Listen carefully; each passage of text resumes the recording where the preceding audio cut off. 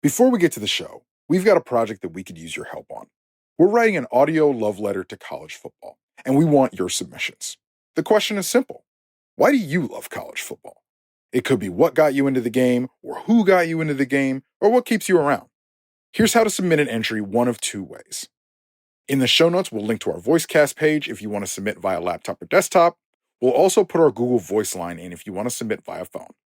Please submit by the end of business Tuesday, July 29th for possible inclusion in the show. We'll try to include as many as we can. Thanks, and enjoy the show. We're coming, and we ain't backing down. We don't need a bunch of cats in here looking in the mirror. Everybody do your job.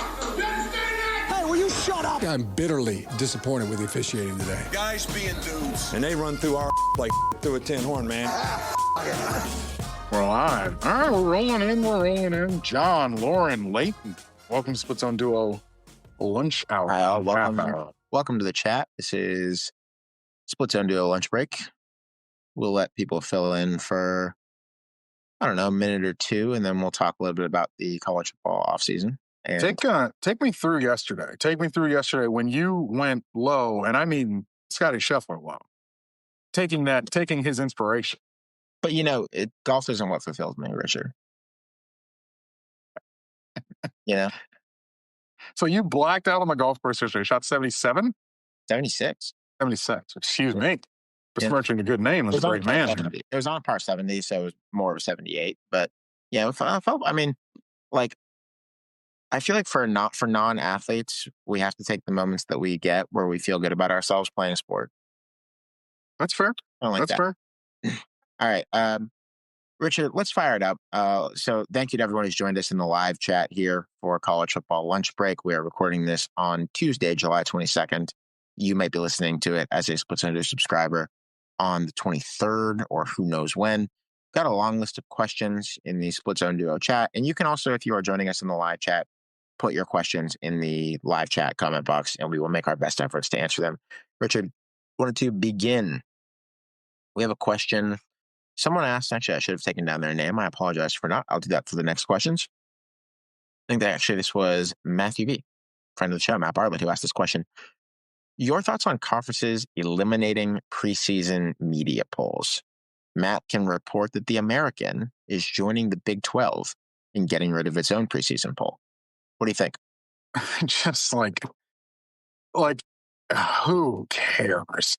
Like, not who cares that they're getting rid of them. I mean, who cares about them in general? Like, it's always extremely funny to me when we pick Arizona State last and they win the league. Like, that's something that you should brag about if you're Arizona State, which you do. And that's something you should beat us over the head with as a nobody respected us kind of thing. Coaches should love that. Coaches should love the fact that they get absolute bulletin board material in July and they don't have to make it up. So I don't really get why leagues are going away from them or doing away with them, I should say. I don't know. I think it's kind of short-sighted. I do say that as someone who reliably every single time I go to a media day forgets to vote in the poll. It happened last week. Yeah. I forgot to vote in the SEC Media Days poll last week. I thought that the weirdest thing was Brett Yormark's justification for getting rid of it, and that's what I would focus on. Yormark thinks that Arizona State was hurt last year by being picked last in the Big 12 in the preseason poll. And I assume what he's getting at there is that Arizona State wound up being the 4 seed in the playoff rather than... because that wasn't going to happen in any other way. And like that... The reason that Arizona State was the 4 seed and Boise State was the 3 seed is that Boise State almost beat Oregon and had the most captivating or one of the 2 most captivating players in the sport getting attention every week. And that's why Arizona State got the 4 seed. Brett doesn't mention that Arizona State was seated ahead of Clemson, which had an extra loss, but probably would have been favored on a neutral field against Arizona State. So I agree with you that I don't care. I'm not going to shed a tear over this, but I think, you know, don't pretend that people were using these things for anything more than fun. Brett Yormark was also leaving out the fact that Arizona State lost like 10 points to Cincinnati and lost 2 games. Like, how hard is this? Now, I know what Brett is doing. I understand and appreciate what Brett was doing. But, like, what are we talking about here? It's a great question what we're talking about here. Richard, we got a couple realignment related things that people have asked about that I want to get to. In the live chat, Nicholas B asked, is part of the reason that Memphis got turned away from the Big 12 that they would need to add an 18th team to the league? Because with 9 conference games, you need an even number of teams. Quick background on this. I saw that Chris Vanini of The Athletic reported on Monday that Memphis made what they probably thought was an offer that the Big 12 couldn't refuse, basically offering for an extended period of time that they would take no revenue distribution, that they would bring sponsors into the league, and that they would go on a probationary period so they could get dropped risk-free at any time. And the Big 12 presidents didn't want to do it. There wasn't enough interest to bring up a vote. Yeah. As I understand it, regarding Memphis and the Big 12, a couple things here. First of all, that fancy 200 to 250 million-ish kind of pledged by corporate folks in Memphis, which obviously FedEx and multiple other corporations in Memphis, there's some corporate money there. Some of this is like corporate money is now newly interested in college sports because college sports is a little bit more legitimized with how they pay players. And the rev share stuff, the investment is only for a step up in league. The investment does not pertain to if they were to go to like the Pac-12, right? So they don't really have an option. Some of it is optics with the whole situation.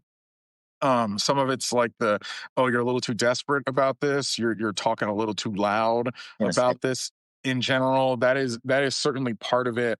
And they've been beating around this bush for like almost 2 years now, trying to get into more league. Yeah, but I mean like fiercely with like some new investment in facilities and all that kind of stuff. But the Liberty Bowl is still not the greatest stadium of all time, even though they're renovating it.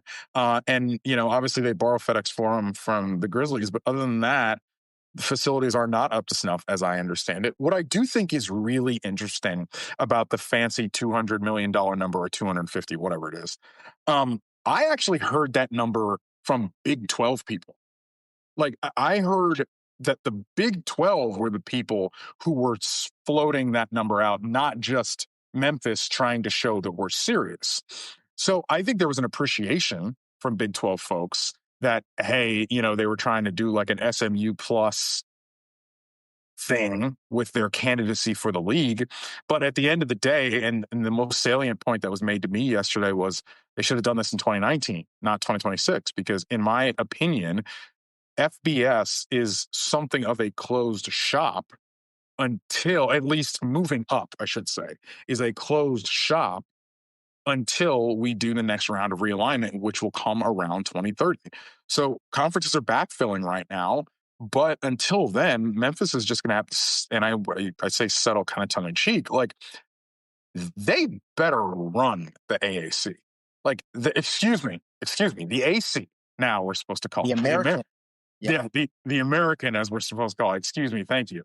They better run that league because short of Derrick Rose's missed free throws, by the way, Memphis, what have you won?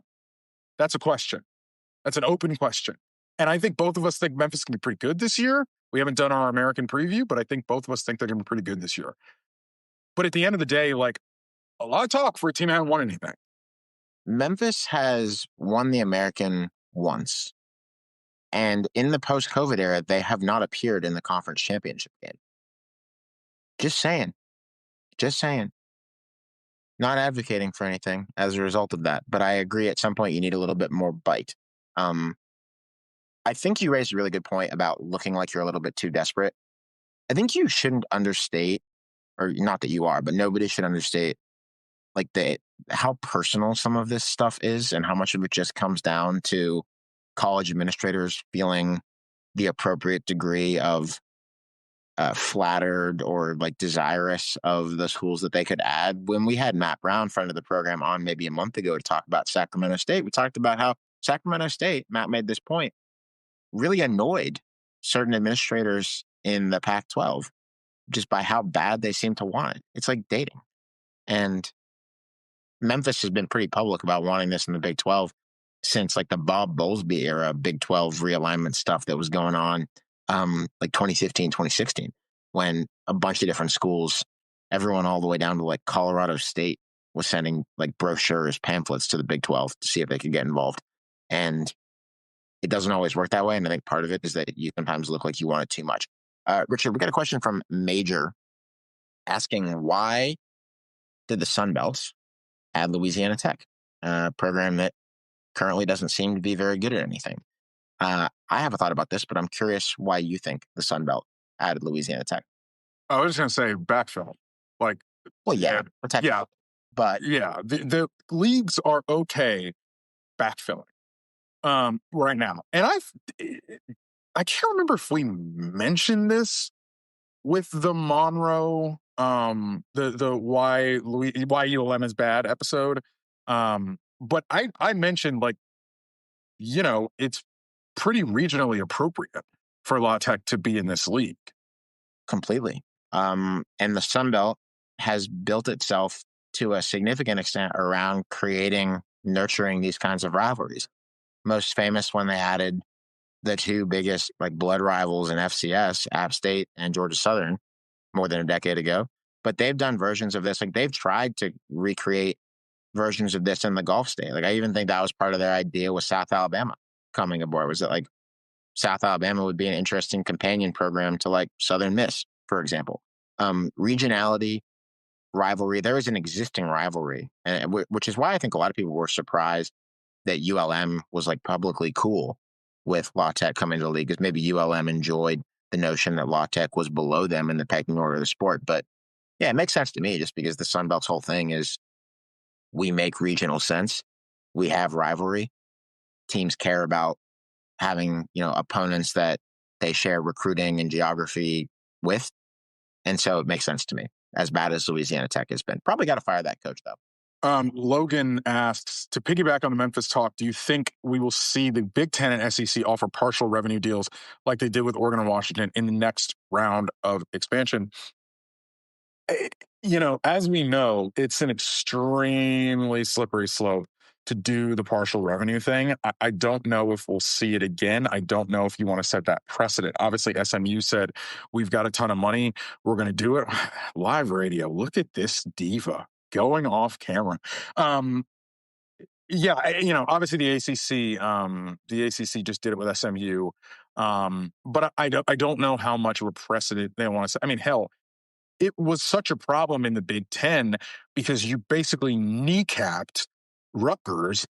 Look, I know Rutgers needed a lot more help to be competent in the league, but you kneecapped Rutgers from the beginning when they joined that league as a partial revenue distribution member. So, it sounds all well and good, but things get weird from an uneven revenue distribution standpoint when that happens. It is. Also, Robert R. points out in the live chat that Southern Miss is a longtime rival of Louisiana Tech. And that's true. A lot of history between those programs, too. Richard, we got a bunch of pre-submitted questions. I want to take a few of them here. We'll probably cover these guys in the American Athletic Preview, but do you have anything about Jake Retzlaff going to Tulane after BYU expelled him, sent him out over an honor code violation? Yeah, I personally, I think you are probably qualified to talk about some of the ecosystem situation going there culturally.